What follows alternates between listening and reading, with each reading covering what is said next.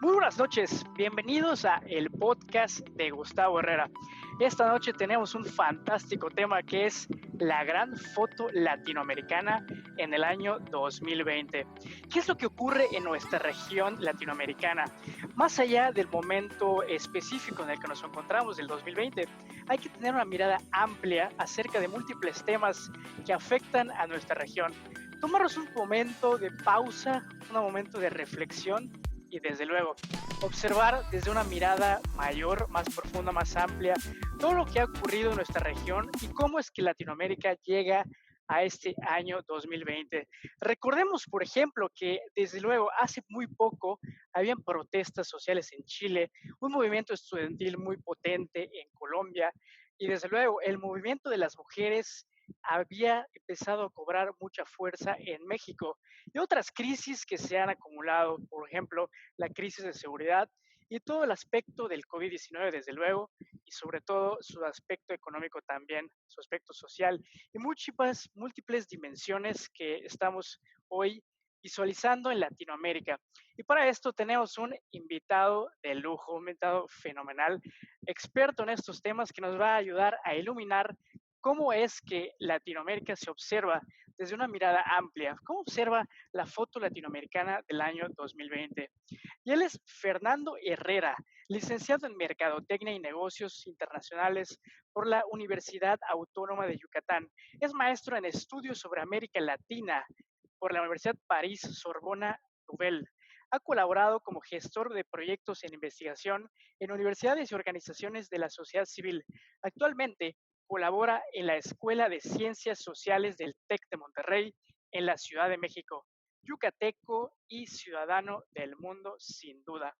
Y dime, bienvenido, muchas gracias por estar aquí y bienvenido, por Gracias. supuesto, al auditorio. Invito a que se quede a esta maravillosa charla. Bueno, ¿cómo tú ves todo esto que acabamos de comentar? ¿Cómo llega Latinoamérica a esta gran crisis COVID-19?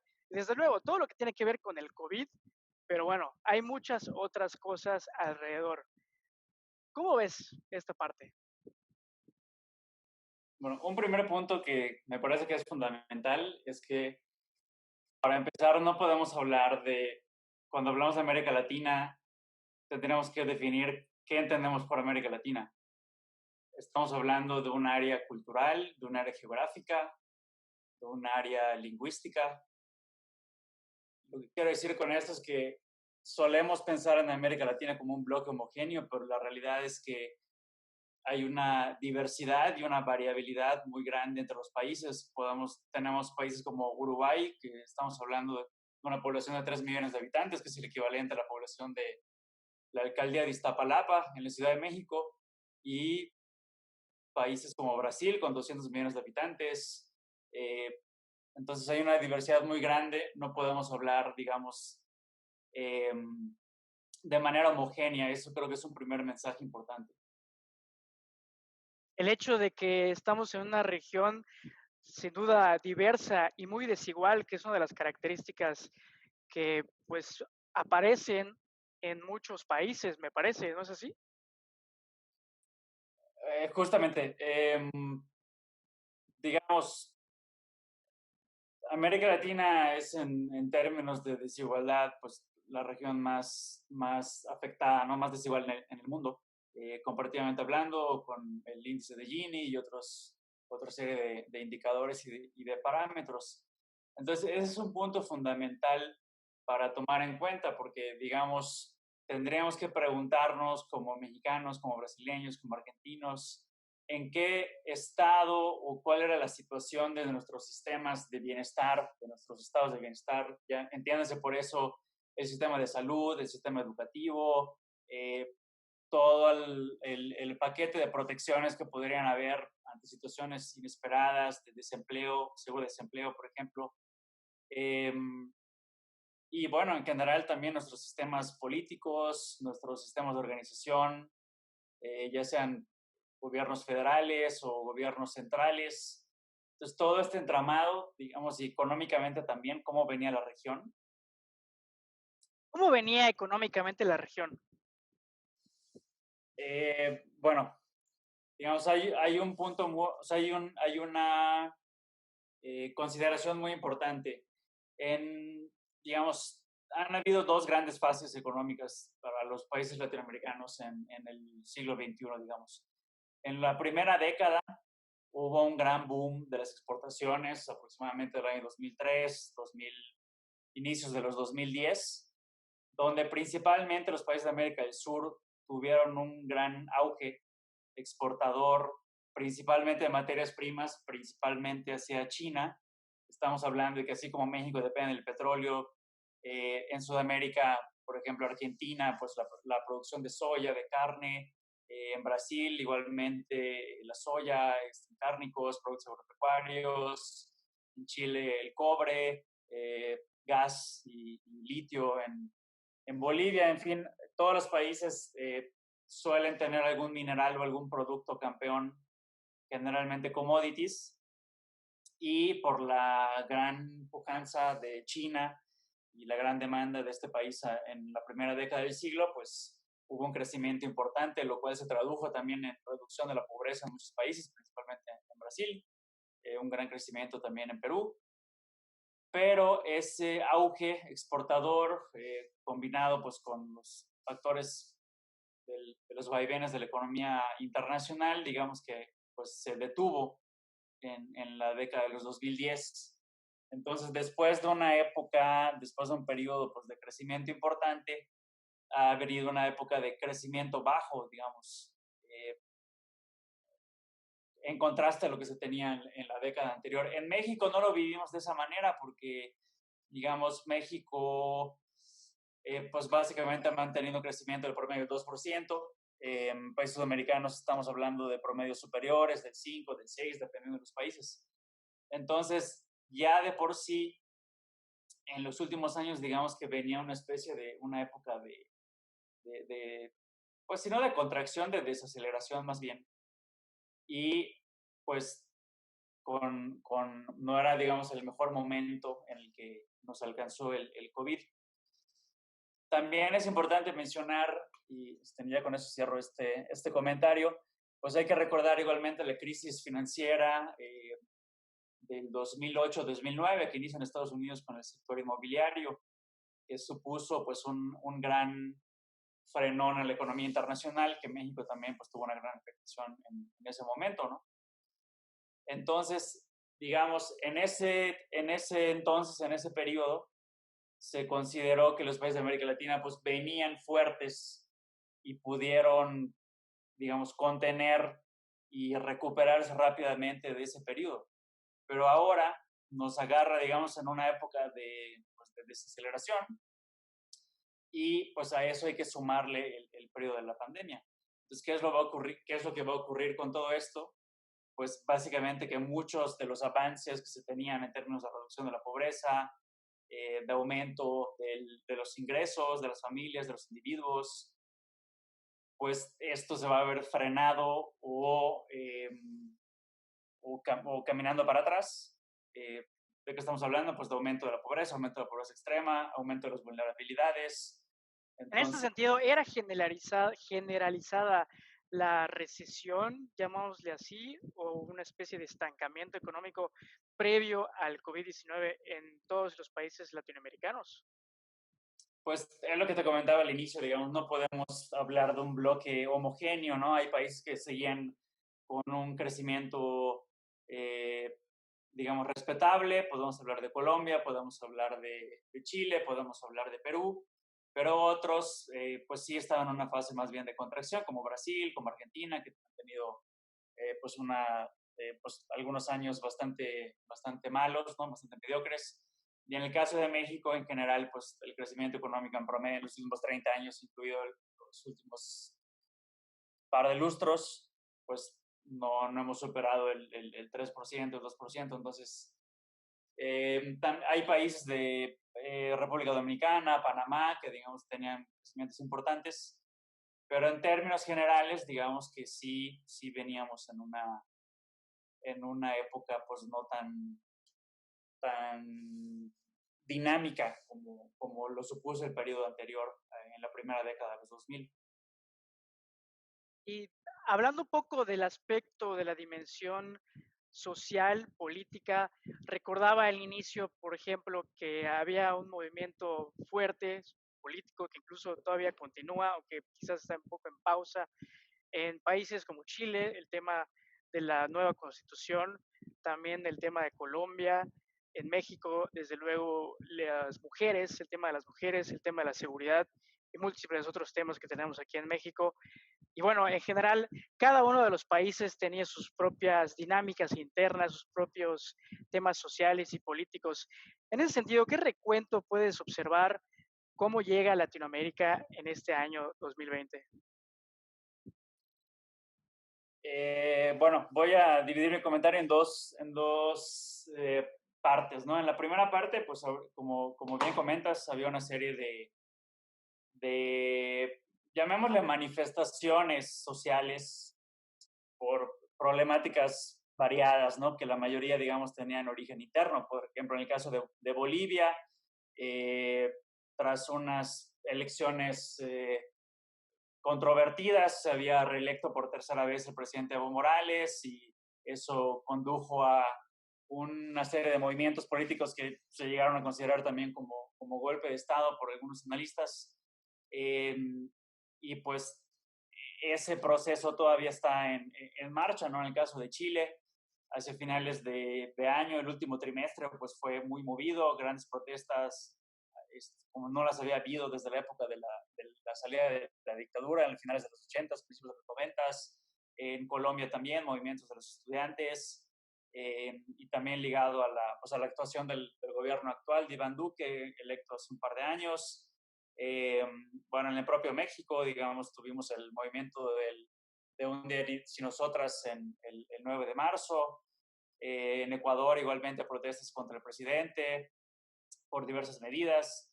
Entonces, y paso a la segunda parte de mi comentario, digamos, estas manifestaciones, desde mi perspectiva, son un reflejo o son una muestra de, digamos, llamémosle malestares más profundos.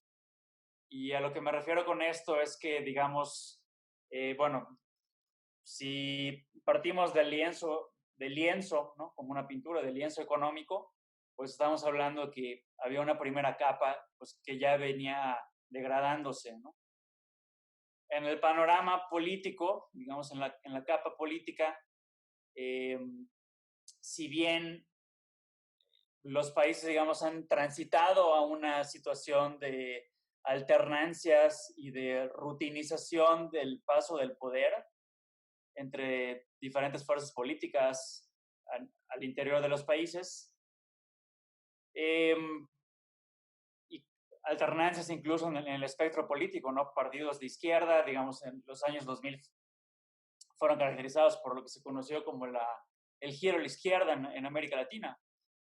Y en estos años 2010, digamos, tenemos un panorama más variopinto, donde hay gobiernos de derecha. En el caso de Chile, el presidente Piñera, que ya había gobernado en el periodo 2010-2014 aproximadamente. Argentina, que eligió también a Mauricio Macri, un gobierno de derecha también por un periodo. Bueno, Colombia no ha dejado de tener gobiernos de derecha. En el caso de Brasil, después de un periodo importante donde gobernó el presidente Lula y después Dilma, el Partido de los Trabajadores en el poder, pues viene, bueno, la destitución de Dilma, el gobierno de Michel Temer, que concluyó el periodo que inició originalmente Dilma, quien era el vicepresidente, después con la elección de Jair Bolsonaro, después de muchos años de gobiernos de izquierda en Uruguay se pasó a la derecha. Entonces, lo que quiero decir es que estamos en un periodo donde, digamos, a nivel político, la alternancia del poder se ha venido de alguna manera rutinizando, pero no dejan de haber pues esas grandes fallas todavía que tenemos de nuestros sistemas sociales, la vulnerabilidad de nuestros sistemas de producción, o sea, de los sistemas económicos de los países que siguen siendo grandemente dependientes de materias primas, de exportaciones, el turismo, por ejemplo. Entonces, digamos que después de si combinamos estos dos elementos, no tanto a nivel político como a nivel económico, digamos, son dos áreas donde el nivel de satisfacción de la población pues sigue siendo eh, subóptimo, ¿no?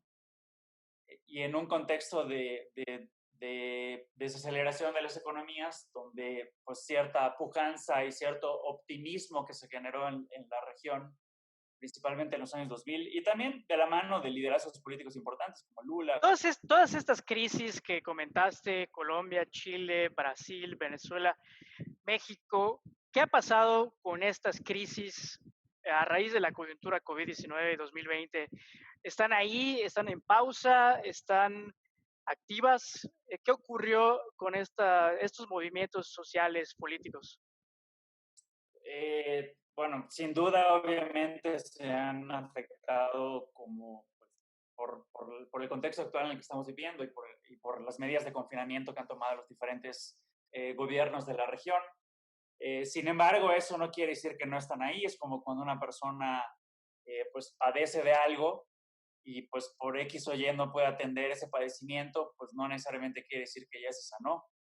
Pues en ocasiones es un síntoma que está ahí durmiendo, que no se está manifestando, pero que sigue ahí y que en algún otro momento va a volver. Podemos decir lo mismo de todos estos, de todas estas manifestaciones. En el caso de Chile, por ejemplo, está todavía en proceso de definición de cuándo va a ser este referéndum para decidir si la población desea tener un cambio de constitución. Las elecciones en Bolivia siguen sin definir una fecha. Pues los conflictos en Colombia pues también se mantuvieron, digamos, en suspenso. Pero o sea, lo que es importante mencionar todo esto es que no se, estas expresiones, digamos, ahí están. Entonces, ¿qué va a pasar con ellas? Pues es muy probable que resurjan con más fuerza, digamos, agudizadas precisamente por el impacto económico, social, político que está suponiendo la pandemia. Y desde luego esto tiene que ver con lo que comentabas acerca de los malestares profundos estructurales que hay en Latinoamérica. ¿Cuáles serían algunos de esos malestares estructurales que se ven más evidenciados o que se ven quizás profundizados o que tal vez no ayudan o ayudan menos en la coyuntura actual de COVID-19, crisis 2020? Pues uno muy claro es la desigualdad, que precisamente, de acuerdo con algunos analistas, es el principal, fue, digamos, el principal detonante o el campo fértil sobre el cual, digamos, se engendró este malestar, este gran movimiento social inédito en las últimas décadas en Chile, que es una sociedad que justamente ha prosperado muchísimo en términos de aumento del nivel de ingresos. Chile se considera que va a ser el primer país desarrollado en América Latina, que traducido en términos concretos querría decir que va a superar la barrera de los $20,000 de ingresos per cápita anual pronto, si no es que ya lo hizo. Y pues con los menores niveles de pobreza de la región, sin embargo, con niveles de desigualdad muy grandes. Entonces, ¿qué quiere decir? Que aunque en términos generales hay una mayor riqueza de la población, pero la diferencia entre unas capas de la población y otras pues no deja de ser aguda. ¿Esto en qué se traduce también? Pues digamos en términos del confinamiento mientras, bueno, tomemos en cuenta también que otra falla estructural, una gran mayoría de la población económicamente activa de los países de América Latina está en la informalidad. Entonces, muchas veces personas que viven del día a día, que tienen profesiones o actividades o oficios que les obligan a estar en atención a otras personas, por lo cual el confinamiento y trabajar en casa pues es una gran dificultad. Podemos hablar también, digamos, de las brechas de acceso a Internet, el acceso a herramientas. Un sector muy claro es el educativo, ¿no? Entonces,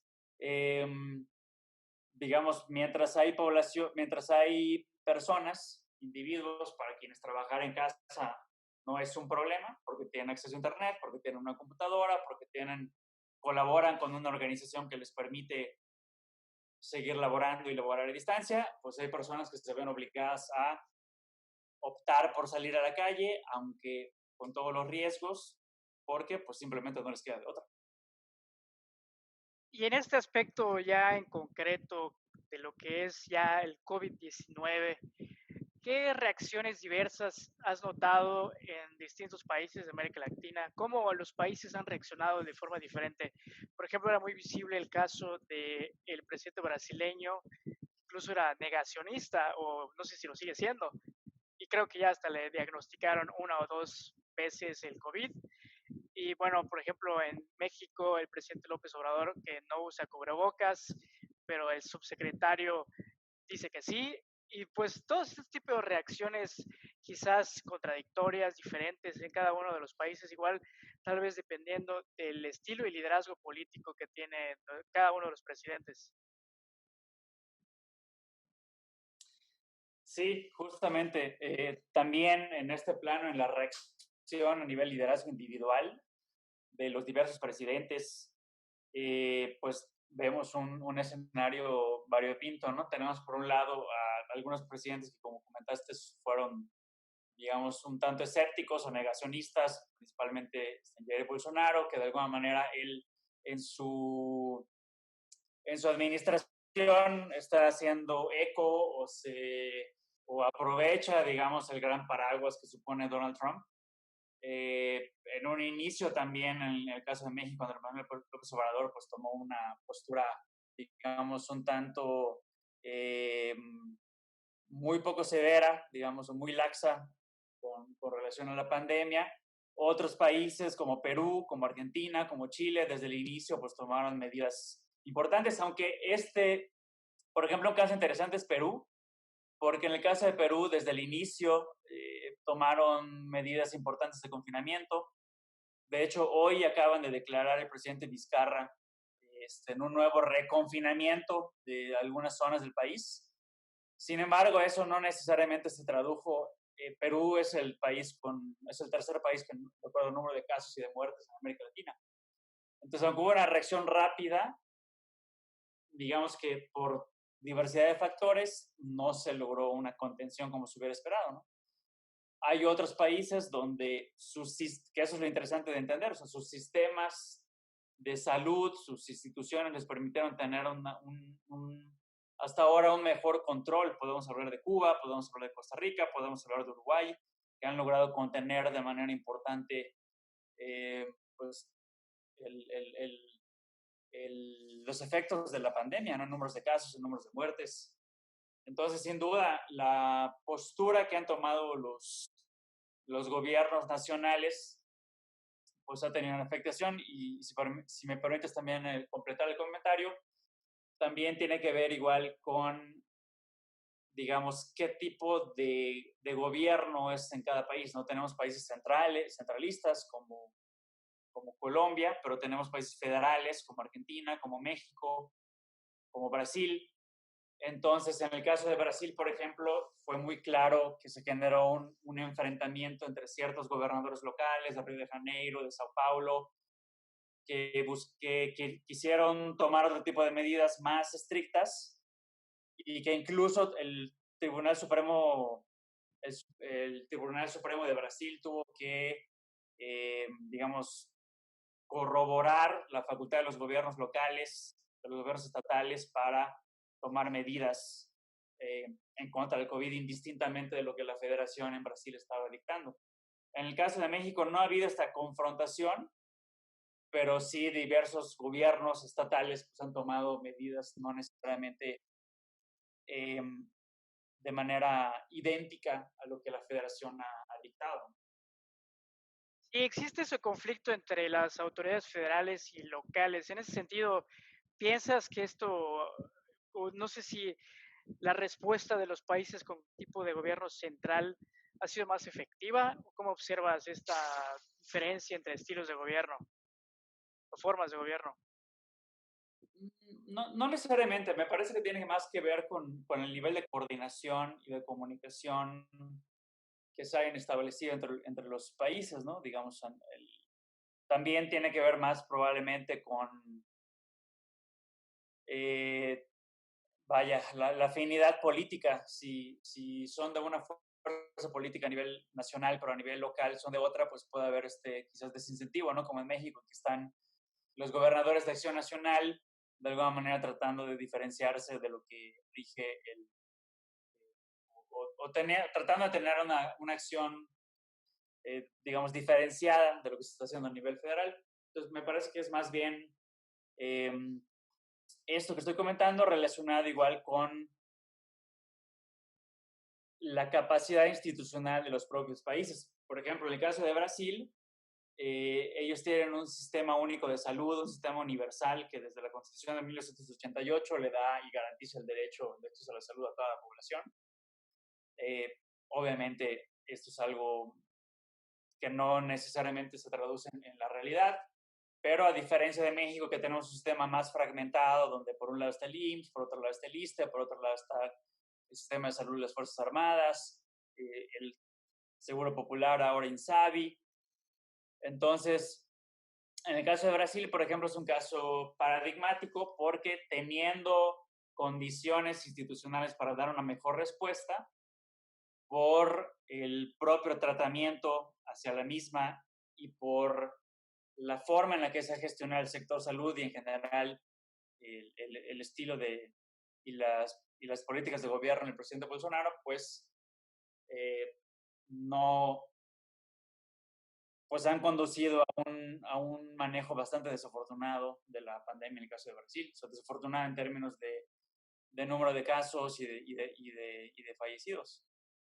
Hablando de número de casos, estadísticas y que si se hacen las pruebas, que si no se hacen las pruebas, en ese aspecto, ¿cómo está la confianza social, la confianza ciudadana con respecto a lo que están haciendo los gobiernos, diferentes gobiernos de América Latina? Si están, digamos, apoyando las medidas, están tomándolas con escepticismo, ¿se les puede creer a los gobiernos en las estadísticas? Bueno, por ejemplo, al menos donde puedo hablar un poco más, aquí en México, pues las personas realmente no creen los números que presenta el gobierno. Incluso ya dijo el presidente que, pues, ¿para qué los medios están publicándolo todos los días? ¿Se puede confiar en ese aspecto, en esa información, en esas medidas gubernamentales? Bueno, aquí, digamos, creo que valdría la pena mencionar que si nosotros observamos el nivel de satisfacción hacia la democracia, y aquí puedo sugerir al auditorio revisar esta gran encuesta a nivel América Latina que se llama el Latinobarómetro, que desde hace más de 20 años realizan una encuesta sobre diferentes temas en todos los países de la región. Podemos ver cómo los indicadores de satisfacción con la democracia están en sus niveles más bajos en los últimos lustros, y en general han venido en una tendencia decreciente. Entonces, esto se traduce también en la confianza de la ciudadanía en sus instituciones. Entonces, digamos, si nos preguntamos en el caso de México, si el gobierno nos dice que estamos en alrededor de 40,000 muertos o alrededor de 500,000 casos, pero hay científicos, organizaciones de la sociedad civil, think tanks, periodistas que por diversos mecanismos, diversas metodologías nos están haciendo cuestionarnos y nos están presentando otra realidad, nos están presentando otros datos, pues, digamos, son elementos importantes, ¿no? Esto es algo que está todavía en curso. Sin embargo, no es exclusivo de México. En el caso de Brasil también, por ejemplo, vieron ciertos intentos en los portales de transparencia, dejar de publicar de manera continua los datos de afectados y de fallecimientos. Tuvo que intervenir en diferentes instancias para que lo sigan haciendo. Entonces, digamos, si nuestro gobernador o nuestro alcalde o presidente municipal o el equivalente en los diferentes gobiernos, en los diferentes órdenes de gobierno, nos dicen quedarnos en casa o nos proporcionan ciertas cifras, pues, ¿qué tanto confía en eso la población? O sea, en el caso de Yucatán, en el caso de México, pues se escuchan casos que la gente no está acudiendo a los hospitales, pues no confían en los sistemas de salud, no confían en el personal médico, no confían en los datos que nos están presentando las autoridades. Entonces, digamos, todo esto debe suponer pues un análisis más profundo. Hablando ya un poco acerca de la crisis en sí en Latinoamérica, desde luego comentaste que habían unas crisis acumuladas, unos problemas profundos acumulados, el tema de las mujeres, el tema de Chile, el tema de Colombia, el tema de Bolivia, tal vez incluso por ahí también está Venezuela. Bueno, evidentemente estamos ante una crisis quizás que vamos a recordar el resto del siglo. Entonces, quizás una aventurada pregunta sería, ¿hasta dónde piensas que puede calar esta crisis en todos los aspectos, en el aspecto económico, en el aspecto político, en el aspecto social? ¿Cuál sería el nivel de profundidad y qué podemos esperar de toda esta crisis en los próximos meses, incluso quizás lustros, años? Esta es sin duda la mayor prueba que han tenido los países en la región desde una perspectiva multidimensional, política, económica, social, que ha habido en décadas. O sea, desde el regreso, digamos, el proceso de democratización de los países de la región a nivel político, a nivel económico, digamos, esto básicamente es el equivalente a un escenario de guerra. Entonces, en el caso de México, por ejemplo, estamos hablando de que ya salieron los datos del segundo trimestre, que la economía se desplomó alrededor del 18%. Entonces, estamos hablando de que en todos los países estamos viendo caídas estrepitosas como nunca se habían visto en décadas. Y esto está suponiendo, y pues importantes incrementos en los niveles de desempleo y lo más trascendental, digamos, bueno, más que lo más trascendental, digamos, son los puntos más sensibles y delicados para la región, es el retroceso en términos pues, de la pobreza, que va a aumentar lo mismo la pobreza extrema, la población que sufre vulnerabilidades. Entonces, sin duda, pues ahí es donde se van a ver los mayores efectos. Ahora, estas condiciones económicas y sociales difíciles van a suponer un reto institucional y político muy importante. Entonces, evidentemente, en función en cómo sean capaces de responder los gobiernos, pues la población también va a responder.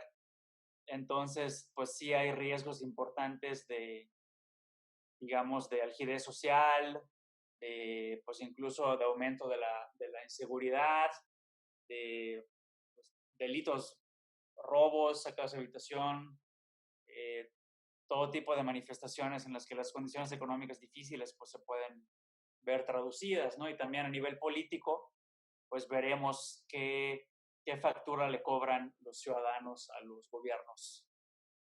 En ese sentido, ¿cuál sería el mayor o los mayores riesgos de esta crisis en toda Latinoamérica? ¿Cuál sería, digamos, el peor escenario, el escenario catastrófico para tenerlo ahí, digamos, en el escenario al menos?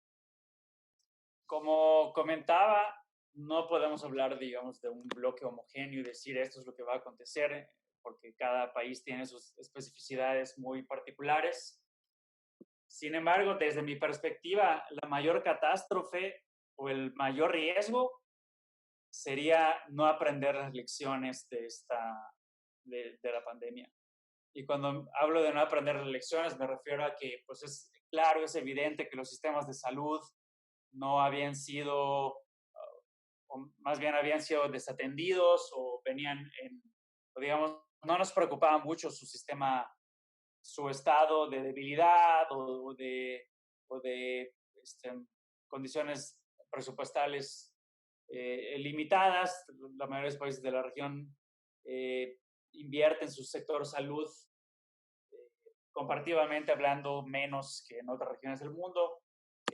Los sistemas de bienestar en general, por ejemplo, En el caso de México, por ejemplo, no existe un seguro de desempleo, como puede existir en Europa o en Estados Unidos. Entonces, y también a nivel político, entonces no tomar las previsiones, no solamente en términos del sector salud en cuanto a la capacidad de respuesta a una epidemia, sino más bien de manera sistémica. O sea, digamos, por ejemplo, en términos de los sistemas educativos, tendrían los sistemas públicos y privados también pues, que estar preparados para transitar o para incorporar las tecnologías de la información de manera más inmediata.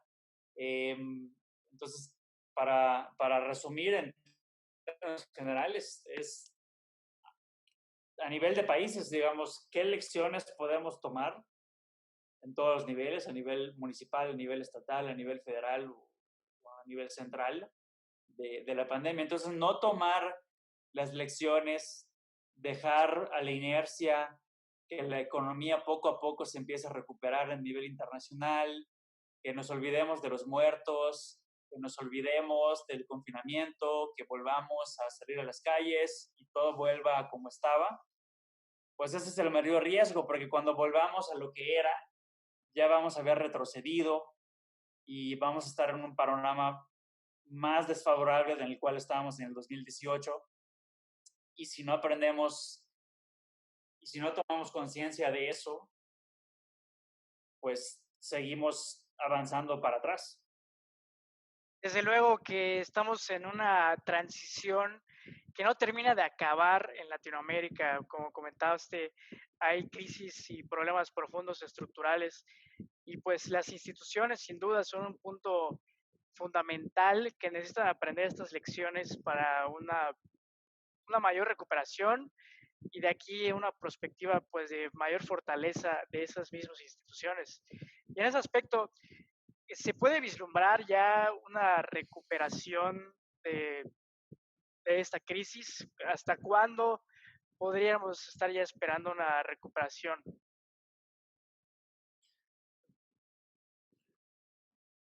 Pues vaya a nivel internacional en términos de la recuperación económica, pues los economistas están discutiendo de si estamos hablando de una caída y una posible recuperación en B chica, lo que quiere decir una caída vertiginosa y una recuperación rápida, o una caída en U, que significaría una caída importante, una suerte de estancamiento y luego una recuperación, o hay, se podría hablar también digamos, una caída, una, este, una suerte de periodo de estancamiento y luego una lenta recuperación. Digamos, todavía no se sabe realmente cómo va a acontecer esto. Y en realidad todo esto va ligado pues al finalmente al descubrimiento de una vacuna a nivel internacional, el cual pues nadie sabe en este momento cuándo va a ocurrir.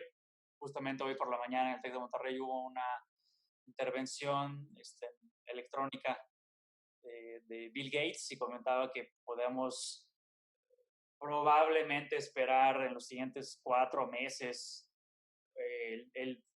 digamos, la conclusión de la fase 3 de algunas de las vacunas más avanzadas. Y esto, bueno, ya más bien ese sería el comentario mío. Si sumamos el tema de la distribución y la producción de la vacuna, estamos hablando que probablemente la cuestión sanitaria de la crisis pues, llevará alrededor de un año probablemente. Pero, y lo relevante e importante de esto es que pues las secuelas económicas, políticas, sociales sobre todo, pues nos van a afectar en los siguientes años. En el caso de México se habla de que probablemente alrededor del 2024, cuando esté terminando este sexenio, si nos va bien, vamos a estar en los mismos niveles que en el 2018. Entonces, estamos hablando de que en los siguientes 3 años, pues vamos a vivir un periodo complicado. Y por eso me refería a aprender las lecciones. ¿Qué batería de políticas públicas, acciones, se puede ser que se estén empezando a implicar o se estarían empezando a aplicar para justo fomentar esa recuperación lo más rápido posible en el sentido económico, político y social de toda Latinoamérica? digamos, de manera general, lo que yo te contestaría es, sí, digamos, más bien haciendo eco a lo que comentaba hace rato, digamos, de la capacidad de nuestros aparatos públicos, de nuestros estados, de nuestros gobiernos, de hacer uso justamente digamos, qué tanto margen de maniobra tienen, ¿no?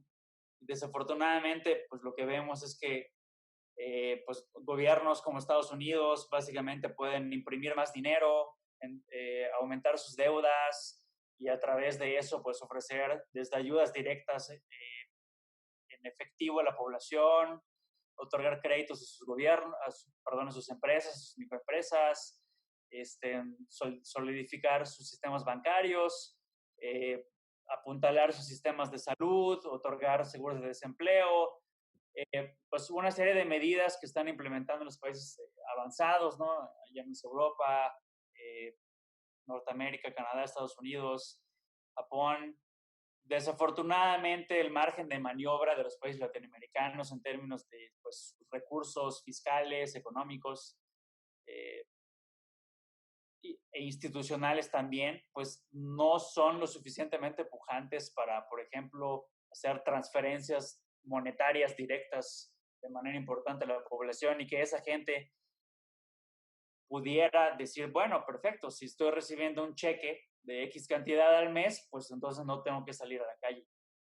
Pero desafortunadamente, aunque sí se han establecido cierto tipo de ayudas y incluso de apoyos monetarios directos, pues al final son bastante limitados y pues no le evitan a la gente tener que salir a las calles. Hablaste en algún punto de liderazgo político y liderazgo latinoamericano. ¿Existe ese liderazgo, sobre todo en una crisis como la actual?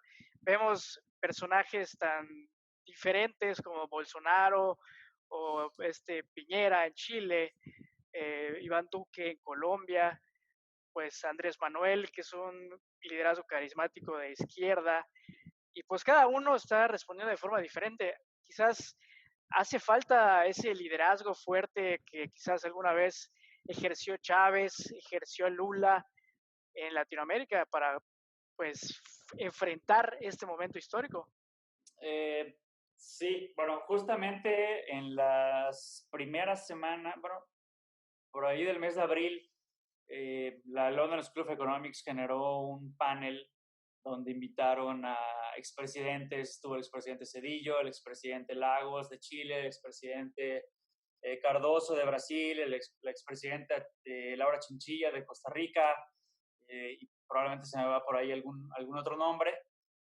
Y precisamente estaban comentando este punto, que hoy día no existe un foro a nivel América Latina o digo, a nivel foro, digamos, un espacio colectivo de diálogo, no lo existe, o las instancias que existen, la Organización de Estados Americanos, el Banco Interamericano de Desarrollo, eh, lo que en su momento fue la UNASUR, eh, en gran parte impulsado por el liderazgo personal del expresidente Lula. Entonces, ese engranaje político a nivel internacional que existía, pues, que existió principalmente en la década de los 2000 y de la cual pues México fue bastante ajeno, pues no tenemos ese tipo de foros. Desafortunadamente el presidente López Obrador pues ha tomado una postura eh, bastante, digamos, doméstica, ignorando los asuntos internacionales. Pues está, por ejemplo, la Alianza del Pacífico, a la cual pertenecen México, Chile, Colombia eh, y Perú. No, eh, digamos, bueno, por otro lado también obviamente está el Mercosur, donde están Brasil, Uruguay, Argentina y Paraguay. Pero bueno, más bien estos son organismos de integración económica. Pero lo que quiero decir es, digamos, los liderazgos fuertes y lo aglutinantes que llegaron a ser en su momento, pues Chávez justamente, el presidente venezolano Hugo Chávez y pues el presidente Lula da Silva, pues ya no los tenemos hoy día. Y aunque sí han habido ciertos intentos, por ejemplo, Sebastián Piñera, pues ha intentado tener cierto protagonismo. Incluso en sus primeras semanas, López Obrador pues llegó a recibir a Evo Morales, que estuvo apenas unos días en México y después ahora actualmente está en Argentina. Pero, digamos, a nivel foros regionales y a nivel individual, por los liderazgos de los presidentes, pues no existe en este momento digamos, un espacio de diálogo y de cooperación que pues se requeriría de manera importante, ¿no? No ha habido una gran reunión de presidentes o de ministros hasta donde yo sé. Y pues en ese sentido, eh, esto es algo que, digamos, de alguna manera podría haber mitigado o estar mitigando de mejor manera de sortear esta situación. O sea, un tema muy concreto, por ejemplo, la disponibilidad de fondos, ¿no? Digamos, de los organismos internacionales, del Fondo Monetario Internacional, del Banco Mundial, de los diferentes bancos de desarrollo. Digamos, si hubiera una acción más concertada a nivel regional, una voz más unísona, pues se podrían, digamos, conseguir mejores condiciones o quizás tener un tipo mayor de ayudas de organismos internacionales. Sí, prácticamente los países están viendo por sí mismos cada uno su situación específica. Y en ese aspecto, ya hablando un poco de la relación latinoamericana con el mundo, y bueno, que no hay esta especie de coordinación de esfuerzos para tanto en el interior de la región como tanto al exterior. ¿Qué pasa con China? China es como quizás el malo de la película aquí, o el bueno de la película, depende de cómo lo veas, justamente. ¿Hay algún daño con la relación con China y Latinoamérica? Toda vez que desde luego China es una potencia que ya está pues bueno, ya está tomando un protagonismo mundial en múltiples aspectos, pero bueno, hay que recordar que ahí fue el origen del problema que estamos viviendo, que es el COVID-19, la enfermedad y el tema sanitario. Claro, bueno, China es hoy por hoy el principal socio comercial de un buen número de países latinoamericanos. Estamos hablando de Brasil, Argentina, de Chile. En el caso de México también es uno de nuestros principales socios comerciales. Entonces, la desaceleración de la economía de China pues supone un golpe importante porque en términos de la demanda, como ya decía, después de un crecimiento muy importante en la primera década de China, pues esto en este periodo, digamos, en estos últimos años se ha venido desacelerando. Entonces, en el caso de la pandemia, pues necesariamente al desacelerarse la economía de China, pues tiene una afectación directa en términos del comercio. Pero por otro lado, también China ha jugado un rol importante como inversionista, como financiador de proyectos de infraestructura en diferentes países de la región o simplemente también como una fuente de créditos que pues también se pueden venir afectados a los diferentes países. Y en ese sentido también, pues en la medida en la que se recupera la economía de China, pues puede tener un mayor o menor efecto en los países de la región. Pero, digamos, visto un poco más en perspectiva y puesto en contexto, es interesante ver cómo el peso más importante que ha venido adquiriendo pues, China, digamos, que si bien Estados Unidos sigue siendo un país muy importante y un socio muy importante en todos los sentidos para los países de la región, digamos, ya no solamente es Estados Unidos, o sea, incluso hay países, como mencionaba, donde pues, la relación con China realmente ya es más importante en términos al menos comerciales. Y digo, no en términos políticos, la relación con Estados Unidos sigue siendo sigue siendo trascendental, pero de alguna manera se relativiza ese peso por pues, por este gran actor que es China. Es muy interesante todo este panorama que nos has dado. Y finalmente, más o menos para obtener un panorama amplio y aventurado, ¿cómo observas esta crisis en Latinoamérica? Digamos, ¿cómo crees que se observará en 10, 20 años? Eh, Antes de comentar esto, un punto que quisiera mencionar igual es el tema de la fiscalidad. Sí, Eh, Porque, digamos, hay algunos indicadores donde se hacen mediciones, digamos, de los niveles de desigualdad antes y después del cobro de impuestos. Entonces, por ejemplo, en los países europeos podemos hablar de X nivel de desigualdad, pero después del cobro de impuestos, ese nivel de desigualdad se ve reducido. Entonces, esos son los recursos con los que finalmente el Estado cuenta, que se traducen en toda una batería de servicios, desde calles, servicios educativos, servicios de salud principalmente, todo el, digamos, el estado de bienestar pues está financiado por esos impuestos. Entonces, si se hace ese mismo ejercicio en el caso de los países de América Latina, la desigualdad después de impuestos, aunque sí disminuye, no lo hace de la manera tan importante como lo hace en países más avanzados. Entonces, ¿esto qué quiere decir?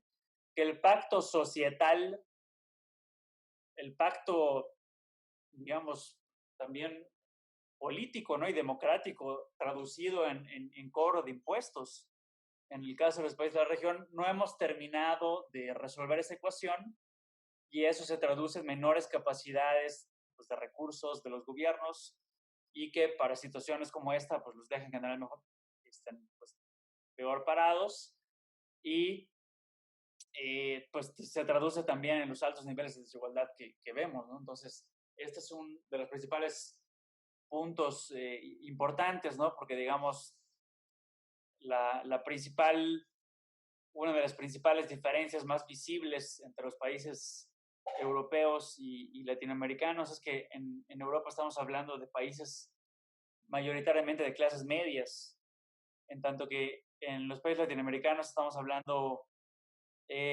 pues sí, digamos, de sociedades más o menos de clases medias, pero con unos extremos muy grandes. Son gente muy, muy rica y grandes capas de la población en situación de pobreza. Entonces, bueno, perdona, pasando ahora sí a la última pregunta.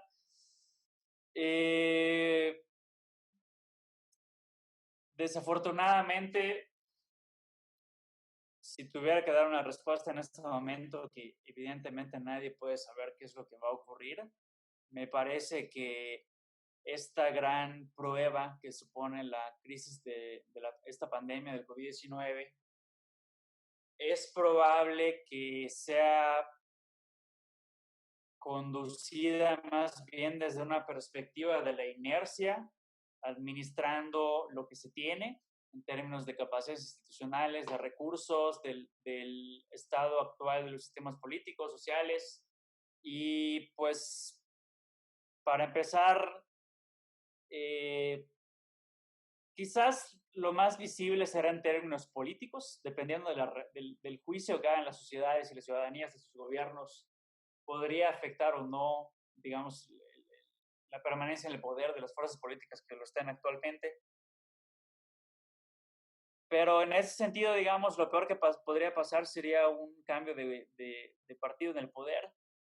Pero como mencionaba, o sea, lo más riesgoso para los ciudadanos sería no tomar lecciones y que si las cosas sigan su curso de manera inercial, y eso simplemente nos va a conducir a un lugar peor del cual estamos. O, en todo caso, a volver a la situación en la que estábamos previa a la pandemia, a mediados de la década de los 2020, que en ese sentido básicamente va a haber sido un gran retroceso.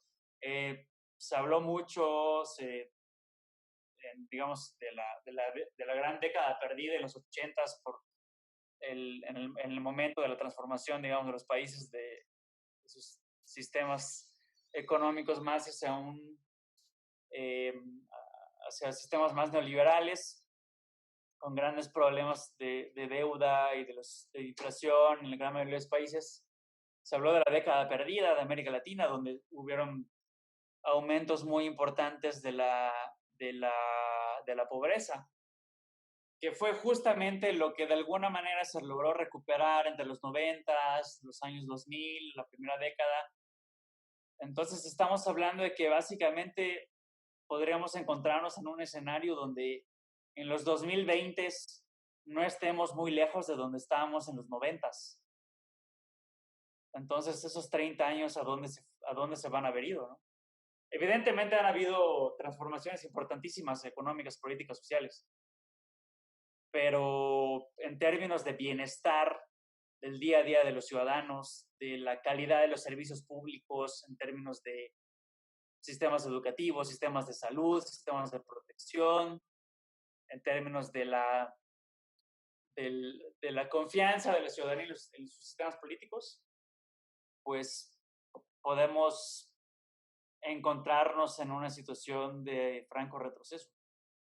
Sin duda la gran lección sería, o la gran tragedia más bien, sería no aprender la lección de temas de salud, del tema de la seguridad social en el sentido económico y múltiples otras dimensiones. Y finalmente, justamente comentaste cómo podemos ir ajustando. ¿Cuál es el calendario electoral que se vislumbra al mediano corto plazo en algunos de los diversos países de Latinoamérica para que justo nuestra audiencia pues vaya tomando nota y que no quede toda esta acción pues en no simple anécdota, sino que inclusive se tome acción política electoral en ese aspecto?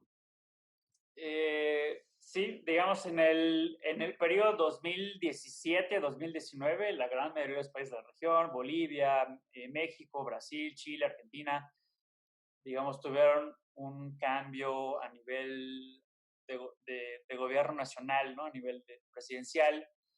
Entonces estamos hablando de que pues, el siguiente periodo de cambio pues, sería 2021 al 2023. Concretamente en el caso de Chile, en 2021 hay elecciones. Entonces, eso es a nivel presidencial, pero también es importante las elecciones intermedias o las elecciones estatales. Cada país tiene diferentes tipos de organización en política electoral, pues también suponen un termómetro de lo que está ocurriendo. En el caso de México, pues el siguiente año, en 2021, tenemos elecciones importantes para el poder legislativo, gobiernos locales, y pues sin duda será una buena toma de pulso, digamos, de cómo las ciudadanías están reaccionando a la respuesta de sus respectivos gobiernos de lo que está aconteciendo en la región. Perfecto. Ya para finalizar, hemos visto desde luego la gran fotografía latinoamericana, los aspectos sociales, estas pues situaciones sociales que estaban presentándose, el aspecto de la mujer en México, los temas de estudiantes en Colombia, todo el tema chileno, etcétera. ¿Hay algún aspecto de esta gran foto en el tiempo y en la multidimensión que estamos abordando que haya faltado por abordar que quizás quisieras agregar? Sí, gracias. Pues, como comentaba muy al inicio, cada país es único y sus especificidades merecen la pena ser entendidas, ¿no? En su individualidad, y no podemos hablar de una generalización. Y por lo mismo, digamos, los países latinoamericanos han entrado en una fase o más bien siguen en una fase de consolidación democrática, y más que de consolidación democrática, porque digamos que el juego democrático, el votar, el cambiar de presidente, es algo que ya hemos aprendido bien y que en la mayoría de los países funciona y ocurre y transcurre de manera pacífica. La gente respeta los resultados, los actores respetan los resultados. Digamos, esa parte ya la tenemos dominada, la parte electoral. Pero la parte, digamos, del ejercicio del poder, o sea, del día a día, digamos, en términos de servicios públicos, en términos del juego político, sobre todo a nivel de los estados, a nivel de las ciudades, es donde están, digamos, de alguna manera los temas pendientes. Evidentemente, a nivel nacional, pues hay temas que son más digamos, agudos o álgidos o más apremiantes en los diferentes países, ¿no? Digamos, llámese el tema educativo, el tema salud, el tema violencia, el tema género, el tema cuestiones incluso, bueno, de género. En Argentina, por ejemplo, estaba muy fuerte el tema del aborto, matrimonio no sexual, etc.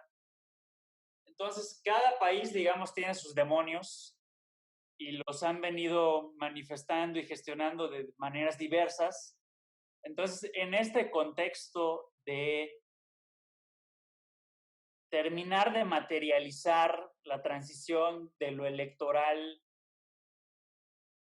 a la vida diaria de las personas, pasando por los diferentes órdenes de gobierno y los diferentes problemas de los diversos ámbitos y sectores, es donde más bien estamos trabados ahora, ¿no? Entonces, digamos, obviamente cosas concretas. En el caso de Chile, pues viene el tema de la nueva constitución. En el caso de Brasil, pues hay todo no terminado, llamémosle, digerir estos demonios de una manera satisfactoria para la ciudadanía. Seguimos viviendo circunstancias en las que, pues, como ya comentaba, ¿no? Los indicadores de satisfacción con la democracia, pues, siguen siendo subóptimos y, pues, es un reflejo directo, pues, del funcionamiento de nuestras sociedades, ¿no? Perfecto, pues muchísimas gracias. No me queda más que agradecerte toda esta hora en la que hemos dado un verdadero paseo por toda Latinoamérica. Hemos observado la gran foto del 2020, cómo se observa Latinoamérica este año. Desde luego, desde antes incluso del COVID, habían algunas crisis que aún siguen latentes. Nos comentaste desde las crisis de Chile, de Colombia, de México, cómo llegado desde el punto de vista económico, desde el punto de vista social, político, qué se viene, las elecciones, cómo se vislumbra la recuperación y en general, cómo se observa este momento histórico en toda Latinoamérica. Y sin duda ha sido una fotografía nítida que nos ha ayudado a poder observar qué es lo que podemos esperar en un futuro próximo y quizás no tan próximo, y cómo vamos a observar este momento histórico será muy interesante. Y pues no me queda más que agradecerte, Fernando, y agradecer a nuestros auditorio, a nuestro gran auditorio por estar aquí. Y desde luego, si has encontrado valor, si te quedaste acá, te pido por favor que nos sigas en las redes sociales, que le des like, que lo compartas y nos vemos próximamente en un próximo episodio del podcast de Gustavo Herrera. Gracias.